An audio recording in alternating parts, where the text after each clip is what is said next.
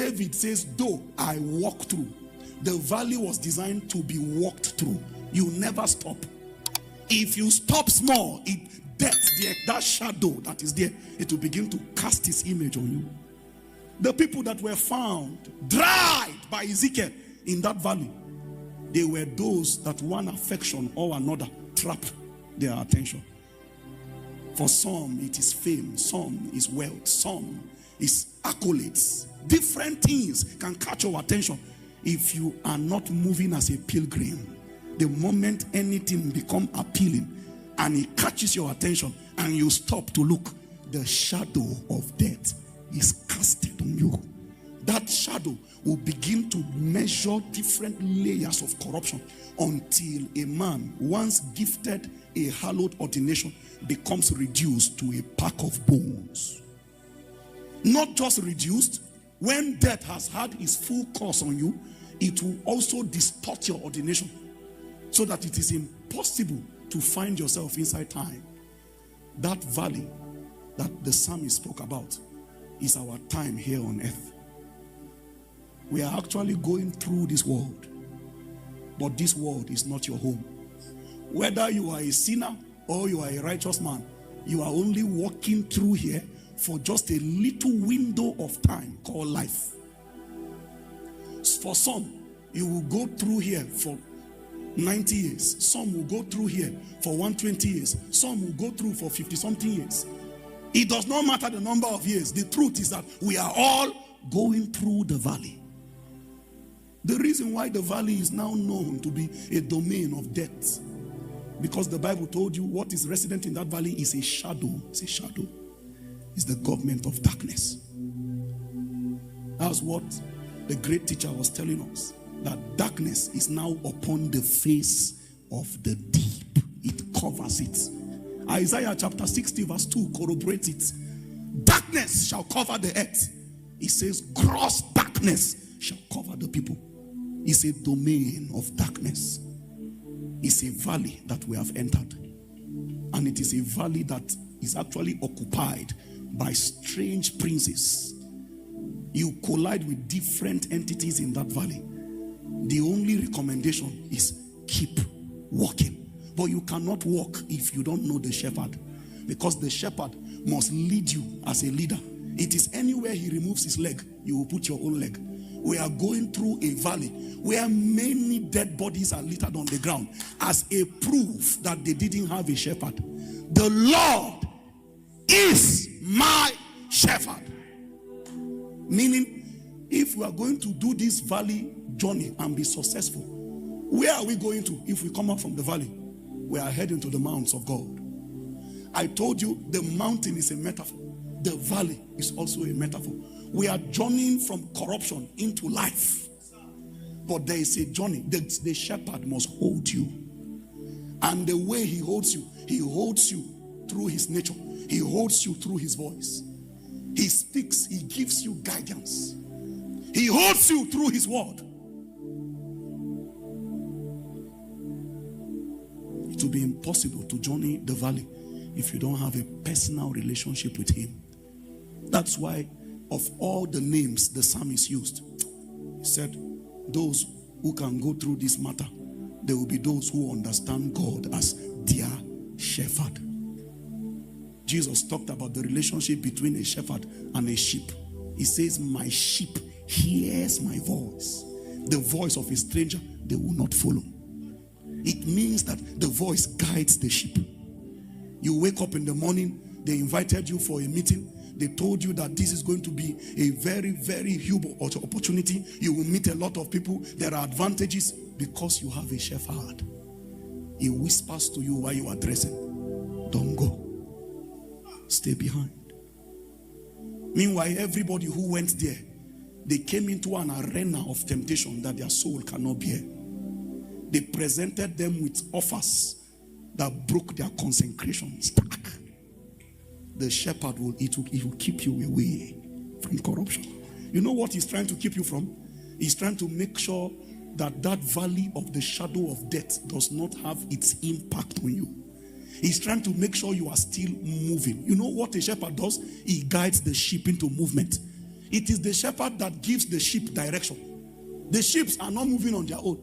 They are going by the leading of the shepherd. In that valley, you will find Mammon standing there as a prince that have beheaded many warriors. You will find Wardom standing there as a principality that has havocked and ransacked and bankrupted many mighty destinies. On that valley, you will find many heavy, valiant weapons never used. You will find the shields that were designed to defend righteousness. You will see it casted down like an abomination. You will not even know the bone that has it. You will see the swords that should advance the government of God. You will see different weapons littered in the valley as a proof that warriors died here. They died here. Valiant men fell. How has the mighty fallen? Great weapons of war perished, he said. So the weapon can perish if the mighty fall. The way they occasion the fall of the mighty is that they study and they try to know the things that catch your desire. The moment they trap your interest and they catch your attention there, the economy of darkness begins to cast a shadow of death upon you. Before you know, you start getting dried. Part of the first things that will be cut off is your access to headquarters. So your prayer life will die. You will realize that gradually, it is only when we gather congregationally, that's when you can pray. You don't know yet that you are dying. You are trapped in the valley. And even the prayer we pray is because you heard people praying. You were instructed to pray. There is nothing in you that has that healthiness to reach out to headquarters anymore. You have been cut off. Death has started walking in you. Before you know it, the moment the powerhouse has been shut down, affections in the flesh will start coming alive. Suddenly, envy, bitterness start coming from the heart. Jealousy, lust, as a proof that they have cut something off, is only a sign of the entity that has antagonized you in the valley. We are not all going to meet the same creatures there. Me, I have told you who I met there. I've told you who I fought there. I have told you the only way to pass through that place. And you cannot escape it. You have opened your eye into the world. You have been born into a domain of corruption. The whole world, the Bible says, lieth in wickedness. It's a domain that is immersed in corruption. How can you walk blameless before the Lord in a realm that is soaked in corruption, ruled by darkness? It's the valley of the shadow of death. Pray for a minute anywhere you are. I don't know what is already eating your soul. I don't know what entity in darkness is already restraining you, detaining you. Some of you, you are decaying. You are decaying already and you cannot see it yet. You are decaying. You are decaying. You are dying gradually, brother. Hi, my sister. You are dying gradually.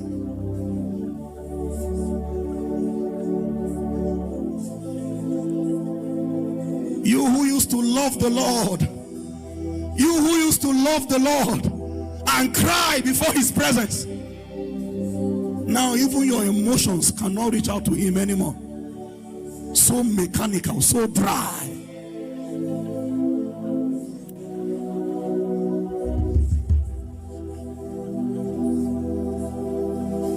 Where did my hunger go? What happened to my thirst? Though I still speak in tongues and minister before me, Lord, yet my secret place is weary and dry. If you still hear me right now, Savior, Savior.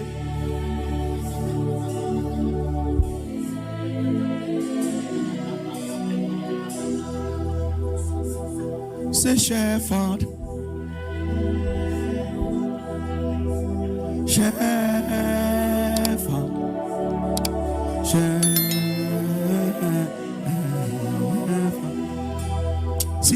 somebody's prayer is simple this evening. Hold my hand.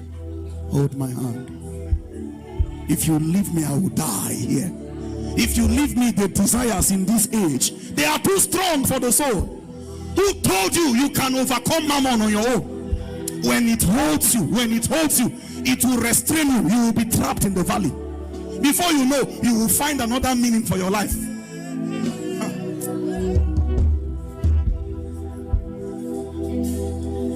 Listen, the things I share with you, take it serious or trivialize it to your detriment.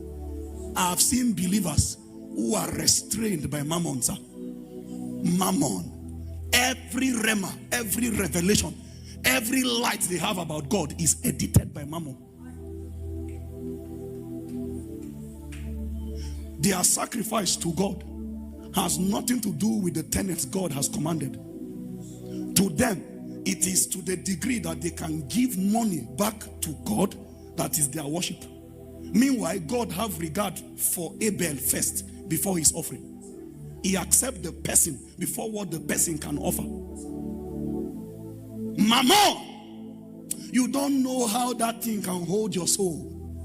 It will detain you in a season of responsibilities. Real needs knocking on your door. That's where you find believers cave and compromise.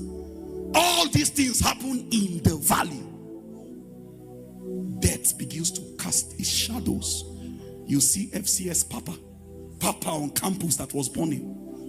You go and find him somewhere, alienated from the covenant he once testified about. He has become a laughingstock. He is an opposite of the message he preached.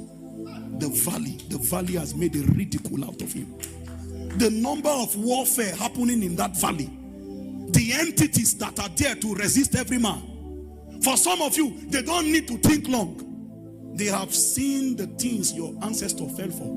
They saw where your great-grandfather fell. They saw your grandfather, saw your father. It is obvious the besetting sin that has a great appeal to your own bloodline. They are waiting for you to come to that same point inside the valley. So you are moving. They are leaving you yet. They are waiting for you. You too, you will get to that point. That's where you come and meet the bones of your ancestors. You will meet where your grandfather, that's where he could not move forward from. And they are hoping that you too, that is your elastic limit. The thing that fought him is waiting for you. That's why you find patterns in family. What do you think a pattern really means? A pattern is a repetition of an attack. It's a repetition of a script that a person lived until after 30, and after 30 you see a strange sickness just appear from nowhere. Even if he is living righteous, living healthy, not living wayward, a strange illness just come at 30. Next generation at 30. At 30, everybody falling in. It means the spirit of infirmity is waiting in a particular location. You are coming at 25, they say let him. At 26, you are making mouth, they say let him. At 29, you are making mouth, they say let him. At 30, you come and meet a pack of bones as a proof that they have stopped many men before you. Now that is your time. It's time to fight.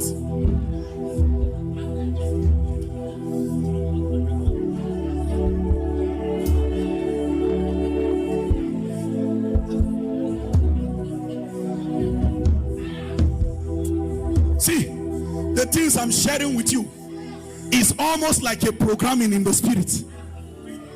A child is living moral, very obedient, very respectful. He enters a particular age as though they own a switch. Immediately, another appetite, another nature is quicking on his inside. He met a being. Is something he interacted with. It's a domain called a valley. He met somebody.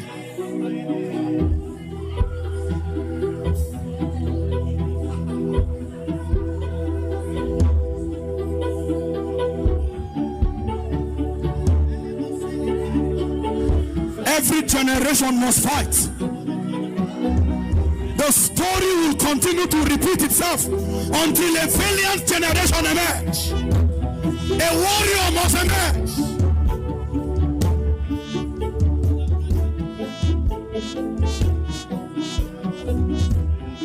See, listen.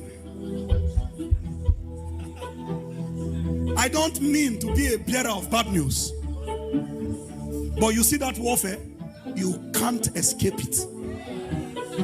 Everybody must go through the valley. Even Jesus walked through the valley. That's what the government of this world has become. It's a kingdom drenched in corruption. It's a valley. It will bring a lot of corruption to you.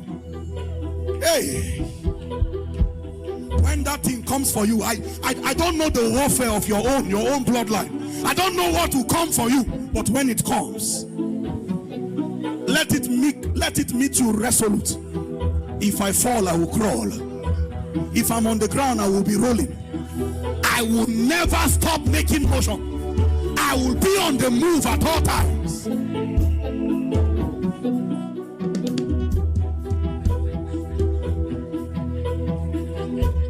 I will not be trapped by any affection. I will not be trapped by any desire. I will journey every day, every day.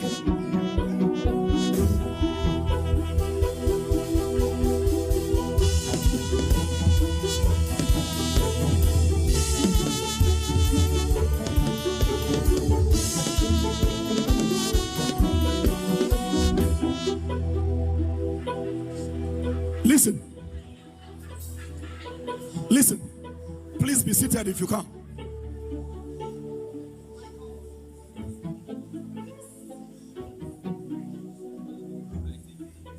Look at me. Let nobody lie to you. The expression of your time in this life, it will be characterized by protracted seasons of warfare. You see these entities I speak about, they can't come to the mountain. Their domain is the valley. They know you must follow this road if you want to go home. So they are waiting for you. They know you must pass here. It is impossible. The home is your destination, is the city of Zion. But before we get to the city, corruption will try. Hi. They will be looking at you. Sometimes for 4 years, research in the spirit is going on. Why have we not found the weakness of this man? Satan will change, he will change his officers that are the lieutenants that were deployed against you. He will change them and say, you are not serious. Wadom, come. Mammon, come. Go and try him again. It is on that day, you will know that when you see people fall, the reason why we actually, the reason why we were instructed not to judge another man is because you too, you are walking in the valley. You don't have time. You don't have time to even look at another person's report card. There's no time. Do you know how delicate this matter is? The same Jesus, many people are busy ranting and shouting as though God has given them a ministry in that regard. The same Jesus says, he that thinks that he stands. So he says, even this your confidence is a pseudo confidence. You think that you are standing. He says, take heed, be careful. You can fall any moment. You hear people make very bold statements as though scriptures is not the basis of their judgment. Take heed, he that thinketh that he stands. The entity is there. Sometimes as you are talking, Satan saw pride there. He just sends.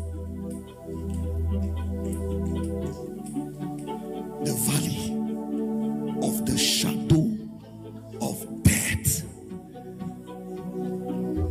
That's where weapons that were supposed to command victory for the kingdom of light, they never found their way to the mountains of God. They trapped them there. Trapped them there. Prophets that were sent to come and declare the counsel of God, they became dry bones. Their feet never reached the place where they were supposed to declare the message. The message they were sent was supposed to be declared from only one location. In Psalm 24 verse 3. In Joel rather chapter 2 from verse 1. He says, blow the trumpet. Blow the... Who is a trumpeter? A trumpeter is a town crier. He's an announcer. He's a proclaimer. He's a man that calls attention. Your message is the attention they gave you to go and call. But you cannot deliver that message on the valley. So he says, blow the trumpet in Zion. Sound an alarm upon my holy mountain. So the alarm must be sounded on a mountain. But we are in the valley. We are trying to go past the valley. How do we go to the mountain? Psalm 24 verse 3. Who shall ascend the hill of the Lord? Who shall stand upon his holy mountains? He that has a clean hands. Now you know why those entities in the valley, you know why they are fighting. So that you don't meet the criteria. Clean hands, pure heart, that has not lifted up his soul unto vanity. So they will fight your transactions, your dealings with men. That's a clean hands. Your interaction with your fellow men, that's a clean hands. A pure heart, only God sees the heart. A pure heart is your dealing with the divine realm. You're dealing with the realm of God. So your interaction with men will be probed. Your interaction with spirits will be probed. That has not lifted up his soul unto vanity. You know what vanity is? You have not been swayed by the God of this world. Your affection has not been put on anything mundane.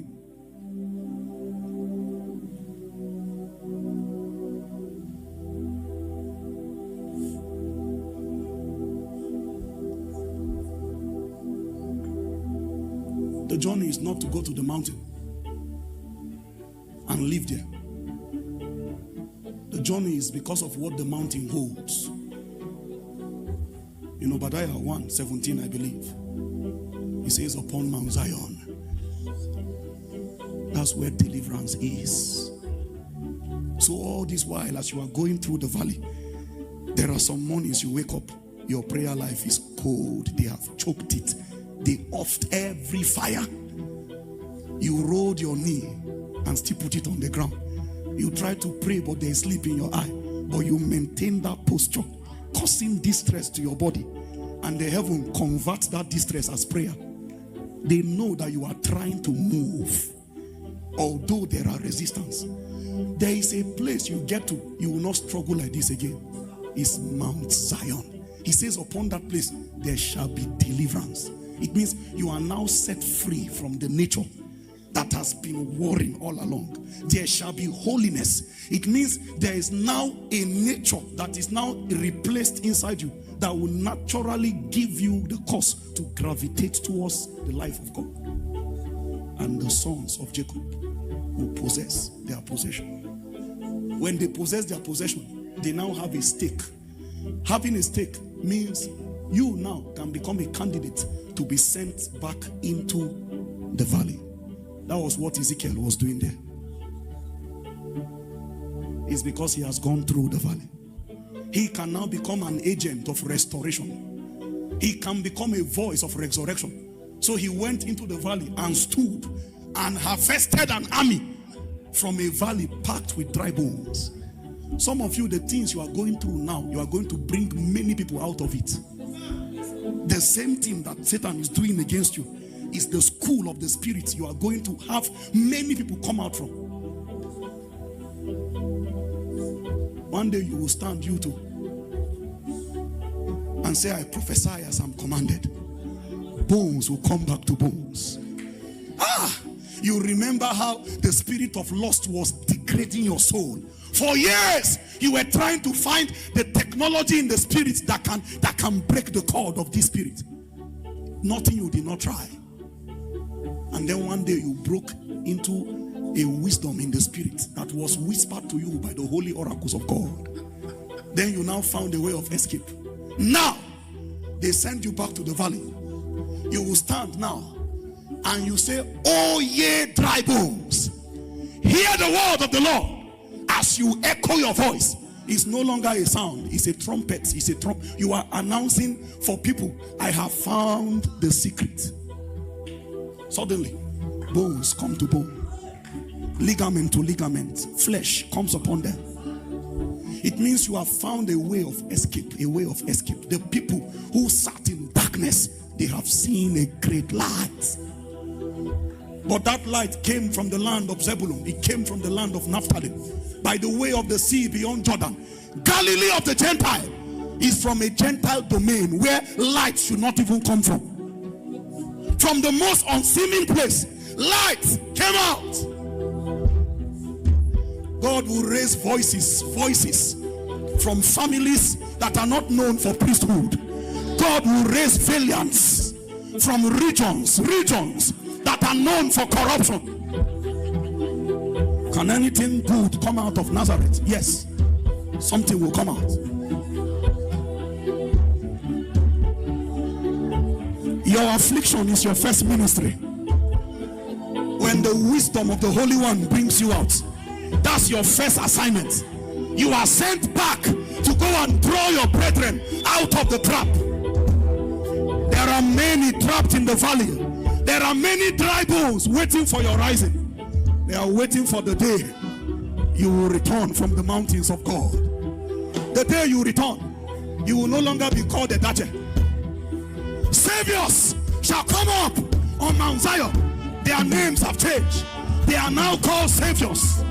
Saviors. And they are coming to judge the mountains of Esau. Hey!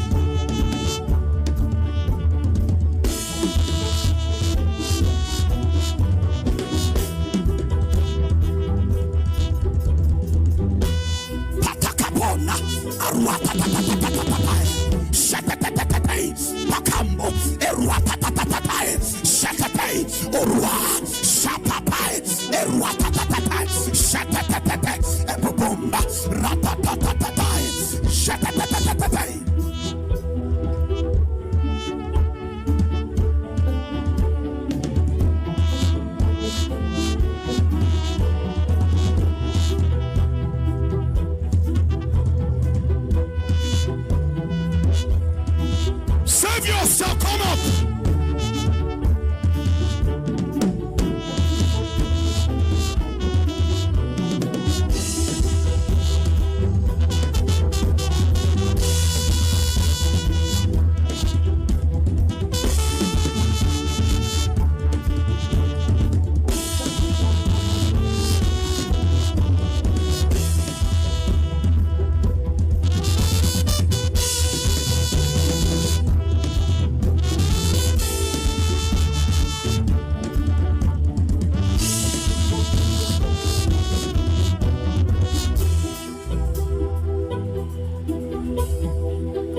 Brother, sister, I leave you with one instruction tonight. One advice: fight. Fight. Sometimes you wrestle with yourself.